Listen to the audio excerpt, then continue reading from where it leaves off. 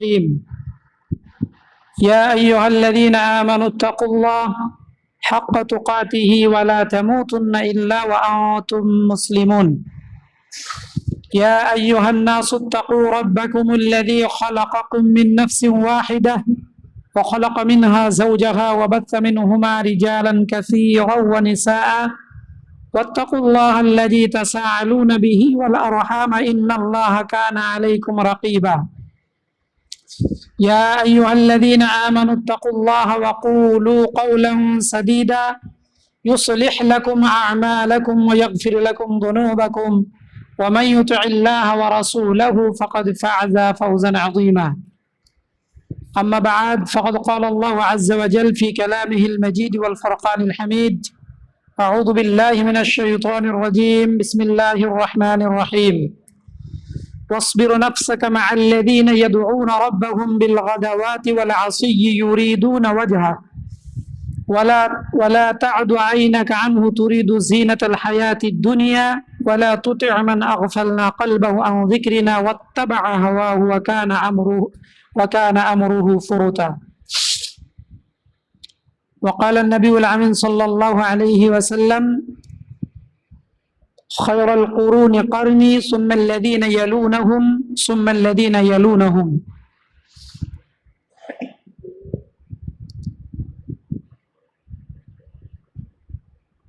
সম্মানিত শ্রদ্ধেয়, আজকের আমাদের এই আলোচনা সভার প্রধান আলোচক শেখ এনামুল হক আল মাদানী হাফিজাহুল্লাহ ওয়া রাআহু ফি ইলমিহি ওয়া হায়াতিহি ওয়া তাগাম্মাদানি আল্লাহু ফি গফরানিহি।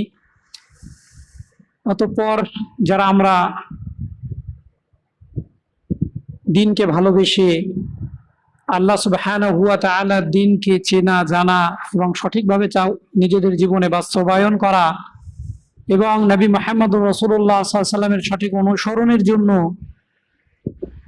প্রচেষ্টা করছি এবং দীর্ঘক্ষণ যাবৎ আমরা আকীদা ঈমানের বিষয়ে আমাদের সম্মানিত শাইখের কাছ থেকে আমরা দার্স নিচ্ছিলাম। প্রত্যেকের শুকরিয়া জ্ঞাপন করি এবং সর্বোপরি আল্লাহ সুবহানাহু ওয়া তাআলা যিনি আমাদেরকে এই কাজ করার এবং এই পথে চলার সুযোগ করে দিয়েছেন তার শুকরিয়া স্বরূপ আমরা প্রত্যেকেই বলি আলহামদুলিল্লাহ। অতঃপর দরুদ ও সালাম বর্ষিত হোক প্রিয় নবী মুহাম্মদ রাসূলুল্লাহ সাল্লাল্লাহু আলাইহি ওয়াসাল্লামের উপর, যিনি আমাদের জন্য উত্তম আদর্শের প্রতীক। আল্লাহ তাআলা পবিত্র কোরআনে তিনার ব্যাপারে বলছেন যে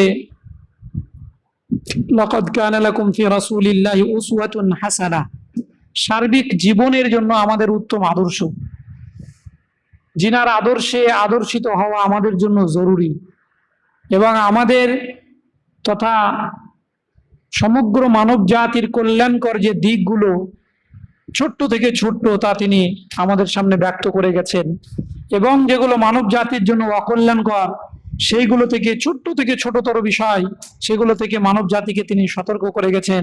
তিনার উপরে আল্লাহ সুবহানাহু ওয়া তাআলার পক্ষ থেকে অগণিত অসংখ্য দরুদ ও সালাম বর্ষিত হোক, আমিন।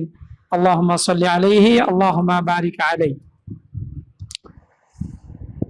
আমরা যে আলোচনা শুনলাম সে আলোচনা শোনার পরে তা থেকে আমাদেরকে উপকৃত হতে হবে। সমাজ ও সোসাইটি জুড়ে বর্তমান প্রেক্ষাপটে এবং যত দিন যাচ্ছে মনে হচ্ছে যেন নতুন নতুন আকীদার উদ্ভব ঘটছে, যেগুলো মানুষ আমাদের সালাফরা সাহাবায়ে কেরামরা রাসূলুল্লাহ সাল্লাল্লাহু আলাইহি ওয়াসাল্লাম থেকে কোনো প্রমাণিত নয়। রাসূলুল্লাহ সাল্লাল্লাহু আলাইহি ওয়াসাল্লামের যুগে সাহাবায়ে কেরামরা যে আকীদা পোষণ করতেন না, কোরআন এবং সুন্নাহকে সামনে রেখে বিভ্রান্তি করে আকীদাগুলো কিছু উদ্ভট মানুষ তৈরি করছে। সেখান থেকে সে আকীদাকে নিজেদের জীবনে কোরআন ও সুন্নাহর আকীদা পোষণ করার জন্য কতটা গুরুত্বপূর্ণ বিষয় সেটা আমরা শেখের কাছ থেকে খুব সুন্দরভাবে আমরা শুনেছি এবং অনেক কিছু শিখলাম। এখন পালা হচ্ছে সেগুলো আমাদের জীবনে বাস্তবায়ন করা। আল্লাহ তাআলা বলছেন, আল্লাযীনা ইয়াসতামিউনাল কাওলা ফায়াত্তাবিউনা আহসানা উলাইকাল্লাযীনা হাদাহুমুল্লাহ ওয়া উলাইকা হুম উলুল আলবাব। আল্লাহ বলছেন যে প্রকৃত অর্থে বুদ্ধিমান বা হিদায়েত প্রাপ্ত তারাই হতে পারে যারা মনোযোগ দিয়ে কথা শুনে ইলম জ্ঞান অর্জন করার কয়েকটি মাধ্যমের মধ্যে একটি হচ্ছে শোনা, একটি হচ্ছে পড়া, একটি হচ্ছে শোনা, একটি হচ্ছে দেখা। পড়ে ব্রেনে আয়ত্ত করা, হৃদয়ের মধ্যে সেটাকে রাখা, শুনে শুনে সেটাকে আয়ত্ত করা, দেখে দেখে শেখা। এই জন্য আল্লাহ তাআলা পবিত্র কোরআনে এই তিনটি বিষয়ে, দেখা, শোনা এবং চিন্তা, তিনটিকে নিয়ে আল্লাহ তাআলা বলেছেন যে ওয়ালা তাকফু মা লাইসা লাকা বিহি ইলম ইন্নাস সামআ ওয়াল বাসারা ওয়াল ফুআদ কুল্লু উলাইকা কানা আনহু মাসউলা। আমাদেরকে মনে রাখতে হবে, এটা সচরাচর আমাদের মধ্যে হয়ে থাকে, যে বিষয়ে আমার জ্ঞান নেই সেই বিষয়টাকে নিয়ে বেশি চর্চা করা। আমি বলছি না, একজন জিজ্ঞাসা করলেন, ভাই নেই, উপস্থিত নেই, ইরান সম্পর্কে জিজ্ঞাসা করতে পারেন, আপনি জানতে পারেন। কিন্তু আমার যেটা ব্যক্তিগত মনে হয়, যেটাতে কোনো কল্যাণ নেই। ইরান সম্পর্কে শেখ বললেন এবং আরো অন্যান্য আলেমরাও বলেছেন যে তারা শিয়া, আমার এটুকুই যথেষ্ট যে শিয়া আমাদের কোনো পার্ট নয়, আহলুস সুন্নাত ওয়াল জামায়াতের কোনো পার্ট নয়। এমনকি ইরান যদি আপনি লক্ষ্য করেন, তো ইরানে কোনো সুন্নি মসজিদ নাই। শিয়া একটা, সুন্নি, সুন্নি মানে সবাইকে অন্তর্ভুক্ত করে, বেরেলভি, হানাফি, শাফি, মালিকি, হাম্বলি, আহলে হাদিস, সবাইকে ওরা সুন্নি বলে। তো সুন্নিদের কোনো মসজিদ নাই, যা আছে শিয়াদের। তো তারা শিয়া আমাদের কোনো আদর্শ নয়, এটুকুই আমার জন্য যথেষ্ট। তারা মরলে কি হবে, শহীদ হবে কিনা, জান্নাত পাবে কিনা, এতে কোনো কল্যাণ নেই। অথচ সেই বিষয়ের পিছনে অনেক মানুষ পড়ে যাচ্ছে, আমাদের যুবকেরা প্রায়। আল্লাহ তাআলা নিষেধ করেছেন ওয়ালা তাকফু মা লাইসা লাকা বিহি ইলম। যদি তোমার কাছে থাকতো সেই ইলম, তাহলে আমি নিজে সিদ্ধান্ত নিতে পারতাম যে ইরানের এই মানুষগুলোকে কি বলা যাবে কি যাবে না। তাহলে আমার কাছে নেই, তার পিছনে আমার পড়ে থেকে কোনো লাভ নেই। আমাকে পড়ে থাকতে হবে কোন বিষয়ে? আল্লাহ তাআলা এ ব্যাপারে ব্যক্ত করেছেন সূরা হাসরের শেষ একদম রুকুতে গিয়ে। আল্লাহ তাআলা বলেছেন ইয়া আইয়ুহাল্লাযীনা আমানু তাকুল্লাহা ওয়াল তানজুর নাফসুম মা কদ্দামাত লিগাদ ওয়াত্তাকুল্লাহ ইন্নাল্লাহা খাবীরুম বিমা তা'মালুন। আল্লাহ বলছেন যে হে বিশ্বাসীগণ, তোমরা আল্লাহ তাআলাকে ভয় করো এবং প্রত্যেকের এটা দেখা উচিত যে আগামী কালকের জন্য সে কি প্রেরণ করতে পেরেছি। তাহলে আমার এই ইলমের পিছনে ছুটতে হবে যে আমি যে আমলটি করছি, আমি যে ইবাদতটা করছি, এই ইবাদতটা সঠিক হচ্ছে কিনা। আমি যে ইলমটা অর্জন করব, যে আমার পরিবারটাকে আমি পরিচালনা করছি, এটা ঠিক হচ্ছে কিনা। আমার যে দায়িত্বটুকু আছে সমাজের মানুষের উপরে, এই দায়িত্বটা আমি ঠিকঠাক পালন করতে পারছি কিনা, এর জন্য আমি ইলম অর্জন করব। যে ব্যাপারে আমার ইলম নেই তার পিছনে পড়ে থাকা মানে আল্লাহ তাআলা বলছেন ওয়ালা তাকফু মা লাইসা লাকা বিহি ইলম, খবরদার নয়। কারণ তো সময় ব্যয় হবে, আজে বাজে জিনিস শুনতেও হবে, মানে ভুল তথ্য না সঠিক তথ্য আমি জানি না, যে কোনো তথ্য নিয়ে আসছি। যেমন ফেসবুকে কিছুদিন আগে মানে ইরানের যে লিডার মৃত্যুর খবর আসলো, আবার এখন নতুন করে বলছে যে তিনি নাকি আবার নতুন করে বাঁচলেন। কোন খবরটাকে আপনি সঠিক নেবেন? তো তার পিছনে পড়ে থেকে কোনো কল্যাণ নেই। কেন? এই যে আপনার আমার শেখার যে জিনিসগুলো, এইগুলো যে ব্যবহৃত হচ্ছে, নিজেদের দৃষ্টি, চোখ, নিজেদের শ্রবণ শক্তি, হৃদয় শক্তি, তাহলে এরা মারা গেল, তাহলে এরা জান্নাত যাবে না? এরা কি ইসলামের জন্য কিছু করেনি? এই যে চিন্তা শক্তিটা আপনার ব্যবহার হচ্ছে, আমরা কি ভেবেছি যে আমি কি পাঠালাম আজকে, কতটুকু আল্লাহ সুবহানাহু ওয়া তাআলার দরবারে প্রেরণ করেছি, কাল কিয়ামতের মাঠে আমি কি পাবো, এটা আল্লাহ দেখতে বলেছেন ওয়াল তানজুর নাফসুম মা কদ্দামাত লিগাদ। আর ওটা বলছেন ওয়ালা তাকফু মা লাইসা লাকা বিহি ইলম। খবরদার ওর পশ্চাৎ গমন করো না, যার বিষয়ে তোমার কোনো ইলম নেই, নলেজ নেই। ইন্না সামআ, তোমার শ্রবণ শক্তি, ওয়াল বাসারা, তোমার দৃষ্টি শক্তি, ওয়াল ফুআদ, তোমার চিন্তা শক্তি, কুল্লু উলাইকা কানা আনহু মাসউলা, আল্লাহ সুবহানাহু ওয়া তাআলার দরবারে জিজ্ঞাসিত হবে। সুতরাং আমরা খুব মনোযোগ দিয়ে কথাগুলো শুনেছি, আবার শুনবো, এবং সেগুলো পরবর্তীতে আল্লাহ তাআলা বলছেন হেদায়েত পেতে গেলে কি ফায়াত্তাবিউনা আহসানা, উত্তম কথাগুলি নিজেদের জীবনে বাস্তবায়ন করতে হবে। কেউ এসে আমার সামনে বললো যে এই বিষয়টা রাসূলুল্লাহ সাল্লাল্লাহু আলাইহি ওয়াসাল্লাম জীবিত রয়েছেন, তাহলে আমার দায়িত্ব কি? না, এটা ঠিক নয়। এই জায়গাতে যে না ভাই তর্কের খাতিরে আমি মেনে নিলাম, অনেকে বলেন ডিবেটের ক্ষেত্রে, ডিবেট করতে গিয়ে আমি দেখি যে তর্কের ক্ষেত্রে আমি মেনে নিলাম। আমার মনে হয় যে সালাফ, আমি যে সালাফদের কথা বলবো, আলোচনা করবো, সালাফদের কেউ তর্কের খাতিরেও মানেননি। কেন মানবেন? আল্লাহ এবং তার রাসূল থেকে যে আকীদা স্পষ্ট হয়ে গেছে, এটাই সঠিক, আমার মধ্যে এই বিশ্বাসই থাকবে। তর্কের খাতিরে মেনে নিলাম আপনারটা ঠিক, কেন মানবো আমি? এই আকীদার উপর আমাদের কাজ থাকবে এবং তার কিছু দলিল আদিল্লাহ থাকবে ইনশাআল্লাহ তাআলা আজিজ। তো আমাদেরকে উত্তম যেটা, সেটার উপরে আমল করতে হবে। শুনে নিলাম, এখন আমলের পালা। বিশ্বাস, ইয়াকিন, এগুলো আমাদেরকে পরিবর্তন করতে হবে। আকীদা সংশোধন করার পর আমাকে ঈমান নিয়ে আসতে হবে। আল্লাহ কেমন, আল্লাহ সুবহানাহু ওয়া তাআলার আকার আছে কিনা আমরা শুনলাম। আল্লাহ সুবহানাহু ওয়া তাআলা কোথায় থাকেন আমরা শুনলাম। আল্লাহ সুবহানাহু ওয়া তাআলার কিছু আসমা ও সিফাত সম্পর্কে আমরা শুনলাম। তো সবকিছু শেখার পরে যে বিষয়টি আমার দাঁড়াচ্ছে যে এইগুলো যেমন ভাবে শুনলাম আহলুস সুন্নাত ওয়াল জামাত, কোরআন ও সুন্নাহর একজন ন্যায়নিষ্ঠবান আলোচকের কাছ থেকে, তবে সেই জিনিসটার উপরে দৃঢ় বিশ্বাস রেখে সেই অনুযায়ী চলা। ফায়াত্তাবিউনা আহসানা, তাহলে কি হবে? উলাইকাল্লাযিনা হাদাহুমুল্লাহ ওয়া উলাইকা হুমুল আলবাব। আল্লাহ তাআলা বলেন তাহলে এরা হেদায়েত প্রাপ্ত, এরা হেদায়েত পাবে এবং এরাই হলো বুদ্ধিমান। আর নির্বোধ হবে কি? কত কি শুনলাম আর কোনটা মানবো, এখনকার যুগে আর মানা যায় এত শত, এগুলো যে নির্বোধের পরিচয়। আপনি ক্লিয়ার বুঝতে পারছেন যে কোনটা সঠিক কোনটা বেঠিক, ওটাকে মানতে হবে। আল্লাহ তাআলা মানার তৌফিক দান করেন। আমার বিষয় যেটা দেওয়া হয়েছে সালাফদের সমাজনীতি বনাম বর্তমান সমাজনীতি। সালাফ কারা আমরা এটা আগে বুঝি, তাহলে আমাদের এই বিষয়টা বুঝতে সব থেকে সহজ হবে।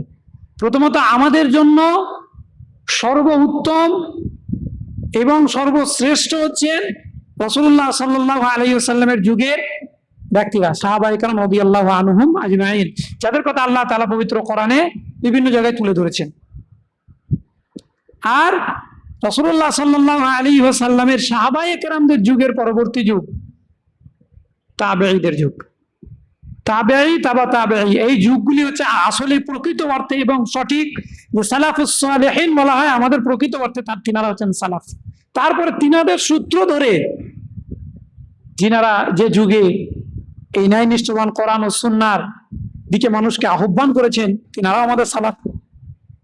রাসূলুল্লাহ সাল্লাল্লাহু আলাইহি ওয়াসাল্লাম সহিহ বুখারী এবং মুসলিমের মধ্যে হাদিসটি এসেছে যে খায়রুল কুরুনি করনি, সর্বোত্তম যুগ হচ্ছে আমার যুগ। কোন যুগটা বলেছেন? রাসূলুল্লাহ সাল্লাল্লাহু আলাইহি ওয়াসাল্লামের যুগ।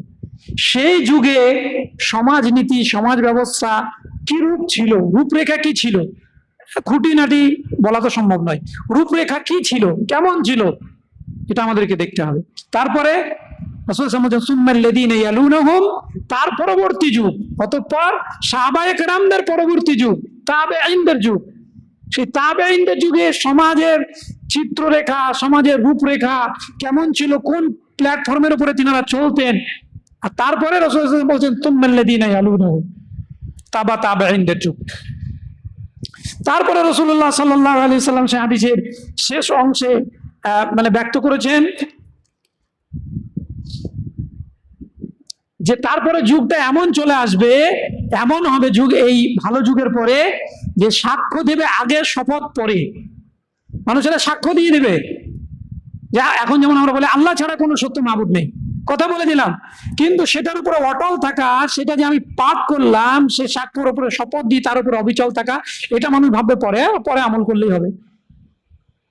আমানতদারিতা রাসূলুল্লাহ সাল্লাল্লাহু আলাইহি ওয়াসাল্লাম বলছেন তারপরে যে মানুষ তারপরে যে কাজটি করবে সেটা হচ্ছে যে মানুষের মধ্যে আমানতদারিতা এটা কমে যাবে। সেই যুগে যে আমানতদারিতা ছিল, সেই আমানতদারিতা কি হবে? কমে যাবে। তাহলে সেই যুগগুলিকে আমাদেরকে সেই যুগের দিকে পিছিয়ে যেতে হবে। অনেকেই বলে যে 1400 বছর আগে, 1500 বছর আগে সেই যুগকে ধরতে গেলে হবে। এটাই সত্য, ভালো করে মনে রাখবেন, এটাই সত্য, এটাই মানে মূল বিষয় যে 1450 বা 1500 বছর পূর্বের পিছিয়ে যাওয়ার মধ্যেই কল্যাণ নিহিত আছে। আধুনিক যুগে এসে যদি আধুনিক হিসেবে আপনি চলবে মনে করেন, কল্যাণ নেই। কারণ কোরআন এবং সুন্নাহ সেই যুগেই রাসূলুল্লাহ সাল্লাল্লাহু আলাইহি ওয়াসাল্লামের উপর অবতীর্ণ হয়েছে, আর তখন থেকে যেমন সিস্টেমে আছে সেই সিস্টেমে রাখতে হবে যে কোনো বিষয়। আজকে মানুষ বলতে গেলে, আজকে মানুষের দরদি হয়েছে, এটা অনেক সময় মানুষকে ভাবায়, মানুষের দরদি হয়েছে, মানুষকে ভালোবাসতে গিয়ে বলছে রাসূলুল্লাহ সাল্লাল্লাহু আলাইহি ওয়াসাল্লামের যুগে এরকম ছিল না। তাহলে রাসূল সাল্লাল্লাহু আলাইহি ওয়াসাল্লাম মানুষ দরদি ছিলেন না? নাউযুবিল্লাহি মিন যালিক। আল্লাহ তাআলা বুঝছেন না মানুষের অবস্থা? কোরআনকে আল্লাহ তাআলা টিকিয়ে রাখবেন, কিয়ামত পর্যন্ত থাকবে ইসলাম। কিয়ামত পর্যন্ত থাকতে গেলে কোরআন এবং সুন্নাহ কেমন দিতে হবে আল্লাহ তাআলা জানতেন না? নাউযুবিল্লাহি মিন যালিক। সুতরাং এই সমস্ত কথা নয়, কোরআন ও সুন্নাহর আলেমরা যে মাসলা মাসাইলগুলো আমাদেরকে তুলে দিয়েছেন, আমাদের কাছে যে ফতোয়া ফারাইজগুলো তুলে দিয়েছেন, সেগুলো কিসের নিরিখে? কোরআন এবং সুন্নাহর নিরিখে। এই বিষয়টা আমাদেরকে মাথায় রাখতে হবে। তাহলে সালাফ আমরা যাদেরকে বলছি, তাদের সমাজ ব্যবস্থা কিসের উপরে নির্ভর ছিল? কোন জিনিসের উপরে নির্ভর ছিল? রাসূলুল্লাহ সাল্লাল্লাহু আলাইহি ওয়াসাল্লাম বিদায় হজের ভাষণে দাঁড়িয়ে সুস্পষ্ট করলেন। রাসূল সাল্লাল্লাহু আলাইহি ওয়াসাল্লাম পরবর্তী যে যুগগুলোর কথা উল্লেখ করেছেন, সুম্মাল্লাযীনা ইয়ালুনাহুম, প্রথমে বলেছেন যে খায়রাল কুরুনি কারনি সুম্মাল্লাযীনা ইয়ালুনাহুম সুম্মাল্লাযীনা ইয়ালুনাহুম। তো রাসূলুল্লাহ সাল্লাল্লাহু আলাইহি ওয়াসাল্লাম বিদায় হজের ভাষণে কিসের মধ্যে মানব জাতির জন্য কল্যাণ আছে এবং কোন ব্যবস্থায় চললে মানব জাতি সঠিক পথে থাকবে, এটা রাসূল সাল্লাল্লাহু আলাইহি ওয়াসাল্লাম ক্লিয়ার করে দিয়ে গেলেন। কি? তারাকতু ফীকুম আমরাইন, তারাকতু ফীকুম আমরাইন, তারাকতু, আমি ছেড়ে যাচ্ছি। রাসূল সাল্লাল্লাহু আলাইহি ওয়াসাল্লাম বলছেন আমি ছেড়ে যাচ্ছি, মানে তিনি চলে যাচ্ছেন, রেখে যাচ্ছেন। তারাকতু ফীকুম, তোমাদের মাঝে, আমরাইন, দুইটি বস্তু। ভালো করে মনে রাখবেন, এই সময়ে কোরআন এবং সুন্নাহর পথে যারা ফিরে আসছে, এদেরকে ধরে আবার এক শ্রেণীর মানুষ হাদিস মানা যাবে না বলে তাদের আবির্ভাব ঘটিয়ে মানুষের মাঝে, ব্রেনের মধ্যে এই বিষয়টাকে ইনপুট করতে পারছে যে হাদিস মানার প্রয়োজন নেই, কোরআনই আমাদের জন্য যথেষ্ট। না, রাসূলুল্লাহ সাল্লাল্লাহু আলাইহি ওয়াসাল্লাম স্পষ্ট করেছেন যে গুমরাহি থেকে বাঁচতে গেলে, এ কথাই তিনি বলছেন যে আমি তোমাদের মাঝে রেখে যাচ্ছি দুইটি বস্তু, আমরাইন, লান তাযিল্লু। আর লান আরবিতে ব্যবহার হয় এমন একটি, লান আরবিতে না সূচক শব্দ, যেটা যে অসম্ভব, এটা হতে পারে না। লান তাযিল্লু, যারা এই দুটি বস্তুকে ধারণ করবে তারা পথভ্রষ্ট হতে পারে না, গুমরাহির মধ্যে যেতে পারে না। লান তাযিল্লু মা তামাসসাকতুম বিহিমা, সেই দুটো বস্তুর মধ্যে একটি হচ্ছে কি কিতাবাল্লাহ, আর একটা হচ্ছে সুন্নাতে নবীহি, কোন কোন বর্ণনা এসেছে সুন্নতি, অর্থাৎ আল্লাহ সুবহানাহু ওয়া তাআলা রাসূল সাল্লাল্লাহু আলাইহি ওয়াসাল্লামের সুন্নাহ, সহিহ হাদিস। ভালো করে মনে রাখবেন, এখান থেকে উঠে যাওয়ার আগে আপনাকে এই বিষয়টিকে ক্লিয়ার হতে হবে যে কোরআন এবং সুন্নাত এই দুটো যদি কেউ ধরে থাকে তাহলে সে পথভ্রষ্ট হবে না। দুটোর একটি কথা রাসূলুল্লাহ সাল্লাল্লাহু আলাইহি ওয়াসাল্লাম বলেননি। যারা বুঝেছে, তারা যারা বলছে যে না আমরা কোরআন মানলে সঠিক পথ পেয়ে যাবো, তারাই বিভ্রান্ত, কারণ রাসূল সাল্লাল্লাহু আলাইহি ওয়াসাল্লাম বলেছেন দুইটি বস্তুর কথা, আর সেই দুইটি আমাদের সামনে স্পষ্ট থাকতে হবে। সম্মানিত উপস্থিতি, সুতরাং আমাদের সালাফ সাহাবায়ে কেরাম রাদিয়াল্লাহু আনহুম আজমাইনদেরকে আপনি যদি পর্যালোচনা করেন, তাহলে আপনি দেখতে পাবেন যে তাদের কাছে সমাজ ব্যবস্থা দুইটি জিনিসের উপরেই নির্ভরশীল ছিল। একটি হচ্ছে পবিত্র কোরআন, আর একটি হচ্ছে রাসূল সাল্লাল্লাহু আলাইহি ওয়াসাল্লামের সুন্নাহ। এবং রাসূল সাল্লাল্লাহু আলাইহি ওয়াসাল্লামের সুন্নাহ সম্পর্কে আল্লাহ তাআলা পবিত্র কোরআনে রাসূল সাল্লাল্লাহু আলাইহি ওয়াসাল্লামের ফয়সালাকে না মানার ব্যাপারে আল্লাহ তাআলা বলেন, ফালা ওয়া রাব্বিকা লা ইউমিনুনা হাত্তা ইউহাক্কিমুকা ফীমা শাজারা বাইনাহুমা সুম্মা লা ইয়াজিদু ফি আনফুসিহিম হারাদাম মিম্মা কাযাইতা ওয়া ইউসাল্লিমু তাসলিমা। স্পষ্ট করেছেন আল্লাহ তাআলা যে তোমার রবের কসম, লা ইউমিনুনা, তারা ঈমানদার হতে পারবে না। আল্লাহ বলছেন হাত্তা, ততক্ষণ পর্যন্ত, ইউহাক্কিমুকা, তোমাকে শ্রেষ্ঠ ফয়সালাকারী হিসেবে মেনে না নেবে। কোন সমস্যা হয়েছে, ফয়সালা কার কাছে নেওয়া হয়েছে? রাসূলুল্লাহ সাল্লাল্লাহু আলাইহি ওয়াসাল্লামের কাছে। আজকে আপনার আমার জীবনে কোনো সমস্যা হচ্ছে, কোরআন এবং সুন্নাহর ন্যায়নিষ্ঠবান আলেমরা যে পথ পদ্ধতি দিচ্ছেন সেটা আপনার আমার কাছে যদি মনে হয় যে এটা বিভ্রান্তিকর, তাহলে আমরা এখনো পর্যন্ত রাসূলুল্লাহ সাল্লাল্লাহু আলাইহি ওয়াসাল্লামের ফয়সালাকে ভালোবাসতে পারিনি। وحكموك فيما شجر بينهما ثم لا يجدوا في أنفسهم حرجا مما قضيت ويسلموا تسليما। এবং বলছেন আল্লাহ সুবহানাহু ওয়া তাআলা যে এবং রাসূল সাল্লাল্লাহু আলাইহি ওয়াসাল্লাম যে ফয়সালা করে দিলেন সেই বিষয়ে কিঞ্চিত পরিমাণ দ্বিধাদ্বন্দ্ব হৃদয়ের মধ্যে থাকবে না। রাসূল তো ফয়সালা করে দিয়েছেন, যেহেতু তিনি রাসূল, মেনে নিতে হবে, কিন্তু এটা এরকম হলে ভালো হতো, এই চিন্তাধারা নিয়ে আসা যাবে না। তাহলে আমরা কি করে এই চিন্তাধারা বা এই উদ্ভব ঘটাতে পারি সমাজ, সোসাইটির মধ্যে, যে তখন চলেছে এখন আর এটা চলবে না। সমাজ ব্যবস্থায় রাসূলুল্লাহ সাল্লাল্লাহু আলাইহি ওয়াসাল্লামের যুগে সাহাবায়ে কেরামরা কেমন ছিল, আল্লাহ তাআলা পবিত্র কোরআনে এই ব্যাপারে সুস্পষ্ট করছেন। কি রাসূলুল্লাহ সাল্লাল্লাহু আলাইহি ওয়াসাল্লাম সম্পর্কে আল্লাহ তাআলা বলছেন যে লাকাদ সাদাকাল্লাহু রাসূলাহুর রুইয়া বিল হক লা তাদখুলান্নাল মাসজিদাল হারাম ইনশাআল্লাহ ওয়া আমিলিনা মুহাল্লিকিনা ওয়া রুউসাকুম ওয়া মুকাসসিরিনা লা তাখাফুনা ফাআলিমা মা lam ta'lamu ফাজআলা মিন দুনি যালিকা ফাতহান কারীবা। তারপরে আল্লাহ তাআলা সূরা ফাতিহার শেষের দিকে গিয়ে আল্লাহ তাআলা বলছেন যে মুহাম্মাদুর রাসূল ওয়াল্লাযিনা মাআহু, মুহাম্মদ সাল্লাল্লাহু আলাইহি ওয়াসাল্লাম একজন রাসূল এবং তার সঙ্গী সাথীদের বিষয়ে আল্লাহ তাআলা উল্লেখ করছেন, যেটা আমাদের সমাজ ব্যবস্থা বা সোসাইটিতে হওয়া উচিত।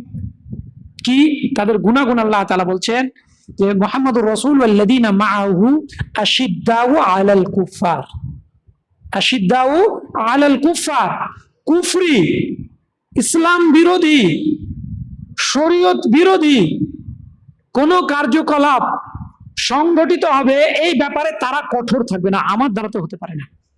এই ঈদকে কেন্দ্র করে আপনি বলেন, আল্লাহ তাআলা দিলেন আনন্দ উদযাপন করার জন্য, এবং এই আনন্দটা কি আল্লাহ তাআলা বলে দিলেন, বলে তুকমিলুল